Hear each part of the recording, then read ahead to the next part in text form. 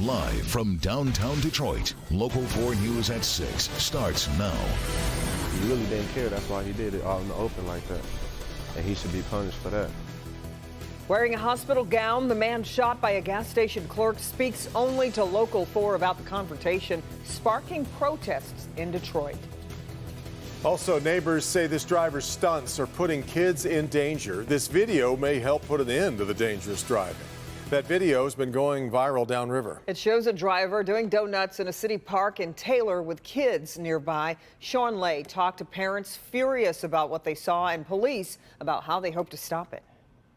Good evening from Taylor. When you visit Northwest Park, you quickly learn that people love this place. You do not mess with it. People grew up here and now take their kids here. Follow me this way. When a driver of a truck came here and tore up the grass doing donuts while kids were riding bikes nearby, I tell you what, no one is having that tonight. He's stupid. It's a video going viral downriver, and watch. There is a child on a bike near where this driver is going off-road and doing donuts, a dangerous game in a beloved place, Taylor's Northwest Park. He's stupid.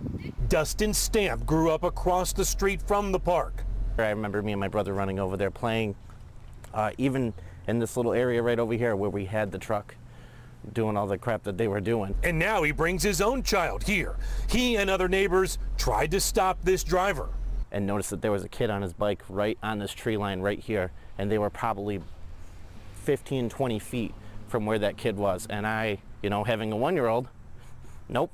So I started walking over there. I was like, okay, I'm gonna walk in front of him. The driver did not stop. Others took pictures of his truck. This video and these photos made it to Facebook, and a Taylor police officer recognized the truck right off and knew exactly where to find the driver.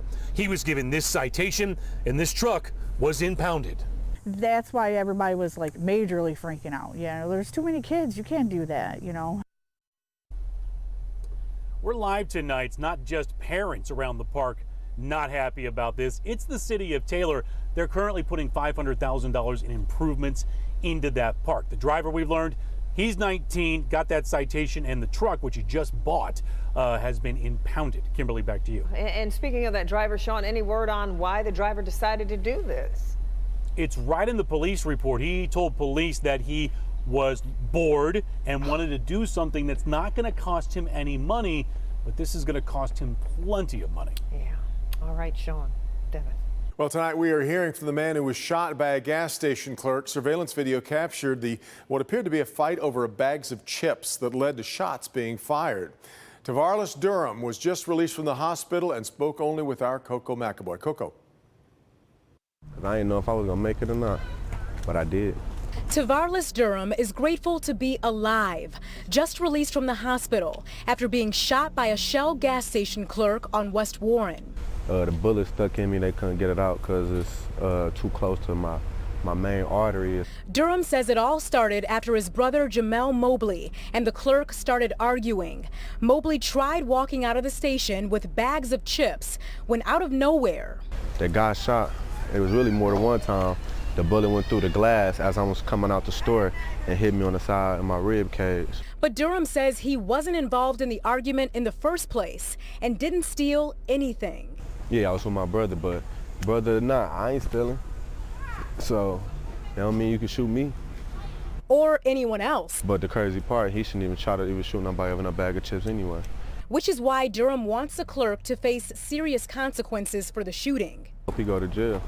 I hope he stay in jail. You can't just pull out no gun and open fire inside a gas station just because somebody else in there acting a fool. It could have been a kid in there he could have shot. Durham doesn't want anyone else to be put in a similar situation and hopes for justice soon.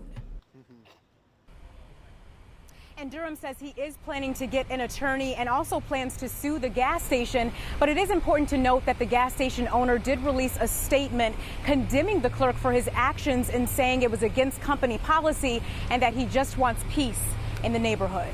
Back to you. And Coco, what are we hearing about as far as charges for the clerk, possible charges?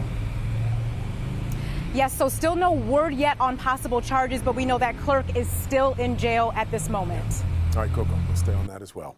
Well, the owner of a now closed funeral home is accused of selling prepaid funeral contracts without a proper license. The Swanson Funeral Home in Flint was closed in 2017 after maggots were found near unrefrigerated bodies. O'Neill Swanson II pleaded no contest to 2 felony charges in that case, ordered to pay $75,000 in restitution. In response, his lawyer said, in part, O'Neill Swanson was proud to serve hundreds of families in the Flint and surrounding areas for years, not only through services at his funeral home, but also through his charitable work. A 22-year-old Detroit area man is charged after threatening a teenage girl because she wouldn't send him sexually explicit videos on Snapchat. Police say Martez Hurst posed as a high school student to get nude photos from a 16-year-old girl in Kansas. When she wouldn't send him videos, he threatened to release the photos he had. Hurst told police he's tried to do this with 20 other females. Roseville police are searching for a thief who targeted a Kay jewelry store. They say this woman asked to see a diamond ring inside the store at Macomb Mall Friday. She looked at it, took it, then ran out of the store without paying. The woman got into a dark-colored, newer model Ford Fusion and headed toward Masonic Road. There is a $1,000 Crime Stopper reward if you know anything. Decision 2020, a new poll out tonight shows how Michiganders are feeling about the issues before Detroit hosts the Democratic debates here next week. This poll conducted before the NAACP convention earlier this week. Voters say the most pressing issues facing the country are border security and immigration and President Trump. While voters are concerned about the border, 57% say they are opposed to increased federal spending to build a border wall with Mexico.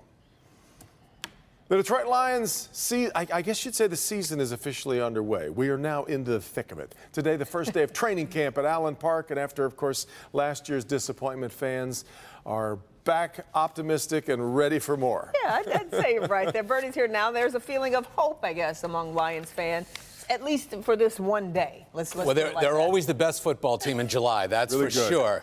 That's a title you can really cherish, too, by the way. But the 2019 season began today with their first practice, and Lions fans are in mid-season form when it comes to the hope category. Standing by live in Allen Park with more on the fans' reaction is our own Jamie Edmonds. Good evening, Jamie. Hey there, Bernie. It doesn't seem to matter what happens the season before. Lions fans will come to Allen Park, pack day one of training camp. It happened today. In fact, we got here at 8:30, and this whole thing was packed with people lining up to get in. Day one of Lions training camp is a whole lot more than what's going on the field. There's face painting and games and pictures. Something for everyone in every age group. For fans, the excitement today is unlike any other. It's like a brand new day. It's like a Monday morning, all set up, brand new possibilities. New season means this could be it. This could be our year. This could be the year. It's true. And on day one, the fans have no reason to believe otherwise. It brings the fans together. We have hope every year that they're going to do well, and we just keep that hope burning alive. Fans pack the Lions training facility like they always do, and the players certainly appreciate it. I mean, look, our fans are some of the best in the country. You know, we're trying to give them a lot more to cheer for this year, but no matter what, we know we have their support. You know, that means a lot to us. It's a long road ahead for this team, and most fans were realistic. 8-8. I think he still has rebuilding to do as a coach. While others went out on a limb, saying the national writer who picked the Lions to go 3-13 was way off. 13-3. I think the other guy had it backwards. Okay. Yep. Playoffs? Oh, yeah. Playoff win? Absolutely. Oh.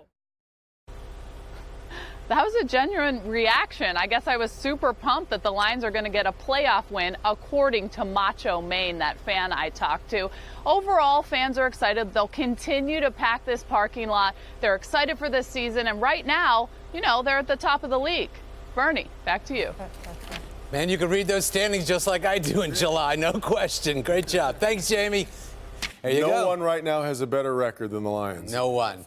Yes. No one. All right, we'll talk to you a little bit later, Bernie. Did you use that line last year, too? Every year? Every year. Yes, yeah. I know. Okay. As we head into another summer weekend, you know, that means more road construction. That's right. Starting tomorrow night, beware of eastbound I-94 in Detroit. It will be closed from I-96 to Connor Road for bridge and road work. The closure begins Friday at 9 p.m. and should be done by 5 a.m. Monday morning. Look for alternate routes if you're heading in that direction. All right, let's check in with Lester Holt and see what the team is working on for NBC Nightly News coming up after our broadcast. Lester joins us live from New York Hey. with a preview. Lester, good evening.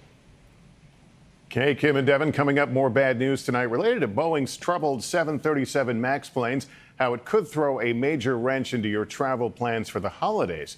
Plus, another major city is laying down the law on those popular electric scooters as deaths and injuries on them climb. And the big question, are they too dangerous for the road? In fact, Lester, here in Detroit, those scooters have become really popular. So we're seeing those concerns in other cities now, too. Yeah, and then one of the big things, of course, is the speed. They can go up to 25 miles an hour, and riders use them on the streets, sometimes the sidewalks, even the highways. Often a dangerous mix. We'll look at what some cities are doing in reaction to all that when we see you coming up. Yep. All right, we'll see you in just a bit. Lester, thank you. Now, also coming up, an alarming study that might have you rethinking your next trip to the local beach. New at 6, the dirtiest spots to swim in Metro Detroit. Plus, it's his dream to play in the marching band, and tonight that dream is closer to reality for this 14-year-old, and it's all thanks to the kindness of strangers. Here's Ben. Kim, we've got another beautiful evening ahead of us. Temperatures falling into the 70s. Humidity still not a problem, but it may be this weekend. We'll look at the rising temperatures coming up. All right, Ben, but first, pet owners forced to make a decision. Exhume your animal's remains or lose them forever. The ultimatum when a pet cemetery unexpectedly closes. Coming up.